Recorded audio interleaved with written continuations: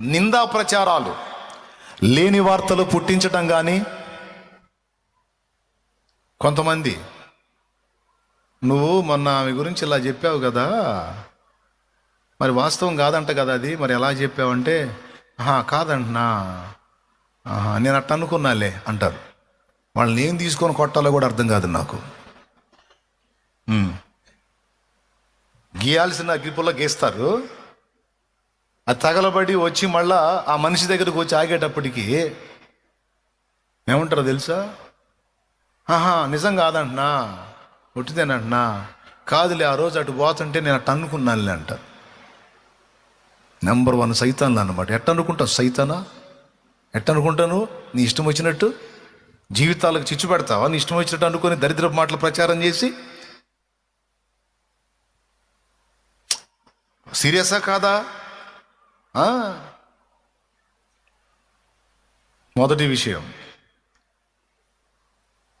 రెండవ విషయం, నిందా ప్రచారాలు చేయటం. మూడవది, కొంతమంది నోరు తెరిస్తే శాపనార్థాలు పలుకుతూ ఉంటారు. ఎప్పుడన్నా చూడు దరిద్రపు మాటలే. నోరు తెరిస్తే చాలు శాపాలే పలుకుతూ ఉంటారు. తగిలారా? మీకు తగిలారా? మన ఇళ్లలోనే తగులుతారు ఎట్టంటి సరుకు. చెప్పాలా, నోరు కొంచెం మార్చుకో, నోరు తెరిచి దీవించటం నేర్చుకో. శాపాలు పెట్టడం పెద్ద గొప్ప కార్యమేం కాదు. దీవించటం నేర్చుకో, శుభం పలకటం నేర్చుకో. నువ్వు దేవుని బిడ్డవి, నువ్వు దేవుని కుమారుడివి, దేవుని కుమార్తెవి. దేవుడు పలికినట్టు పలుకు. దరిద్ర మాటలు మాట్లాడొద్దు అని చెప్పాలి మన ఇళ్లలో ఉన్న వాళ్ళకి కూడా.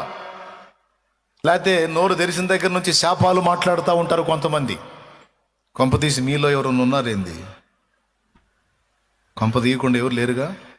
రైట్, మాట్లాడకూడదు. శాపవచనాలు, శాపనార్థాలు మన నోట రాకూడదు. ఆశీర్వచనమే పలుకుడి కానీ శాపవచనం పలకొద్దు అన్నాడు. దేవునికి స్తోత్రం. మరి పరిశుద్ధులు నోరు తెరిచినప్పుడు, భక్తి పరులు నోరు తెరిచినప్పుడు ఏం రావాలో తెలుసా? శుభమే, ఆశీర్వచనమే, సమాధాన వచనమే, స్వస్థత వచనమే, జయానికి సంబంధించిన వచనమే రావాలి. కానీ ఇక ఆపోజిట్ రాకూడదు, నెగిటివ్ రాకూడదు.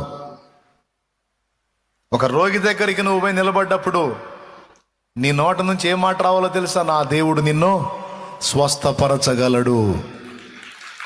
అది వైద్యుల చేత కాకపోవచ్చు, నా దేవునికి సాధ్యమవుతుంది. ఆఖరికి నీకు బలహీనత ఉన్నా సరే నువ్వు అదే మాట్లాడాలి. ఈ మాయదారి రోగం ఏందో నాకు వచ్చి సచ్చింది అంటే పక్కోళ్ళకి రాలేదని. కొంతమంది డైలాగ్, తమ్ముడు ఈ దరిద్రపు రోగం ఏందో, ఈ పాడు రోగం ఏందో, ఈ మాయదారి రోగం ఏందో నాకు వచ్చి సచ్చింది అంటే పక్కోళ్ళకి రాట్లా. వాళ్ళందరూ హాయిగా ఉన్నారు, ఆనందంగా ఉన్నారు, నేనేమో ఈ బాధపడుతున్నాను. వాళ్ళకు కూడా వస్తే బాగుండు, ఆనందపడతాను. అట్లా కాదు. ఈ మాయదారి రోగం నాకు ఎందుకు వచ్చి, ఇది కాదు. ఒకవేళ ఈ రోగం వచ్చినా అది లేకుండా చేయుటకు నా దేవుడు శక్తివంతుడు.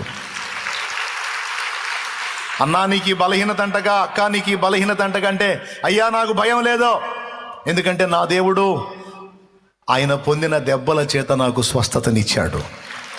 నా దేవుడు బాగు చేయగలడు, నా బలహీనతను వెనక్కి తిప్పగలడు. ఎందుకంటే నిశ్చయముగా అతడు మన రోగములను భరించెను, మన వ్యసనములను సహించెను. అతడు పొందిన దెబ్బల చేత మనకు స్వస్థత కలుగుచున్నది. ఇది నేను నమ్ముతున్నాను. నీ ఇంట రోగులుంటే వాళ్ళకు నువ్వు చెప్పాలి, భయపడవద్దు, వైద్యులకు సాధ్యము కానిది మన దేవునికి సాధ్యమగును. వైద్యుడు స్వస్థపరచలేనిది మన యేసయ్య స్వస్థపరచగలడు.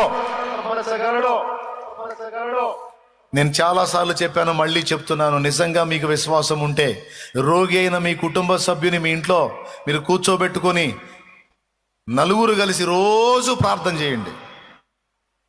రోజు ప్రార్థన చేయండి, సమాధానం వచ్చేంత వరకు ప్రార్థన చేయండి. నిజంగా విశ్వాసం ఉంటే అవి క్యాన్సర్లు అయినా సరే వెనక్కి తిరగకపోతే అప్పుడు అడగండి. జవాబు వచ్చేంత వరకు పట్టుదలగా ఎడతెగక ప్రార్థన చేయండి. ఆ మనిషిని కూర్చోబెట్టుకొని నలుగురు కలిసి, ఇంట్లో ఉన్న నలుగురు కలిసి రోజు ప్రార్థన చేయండి. నూనె రాయండి, ప్రార్థన చేయండి.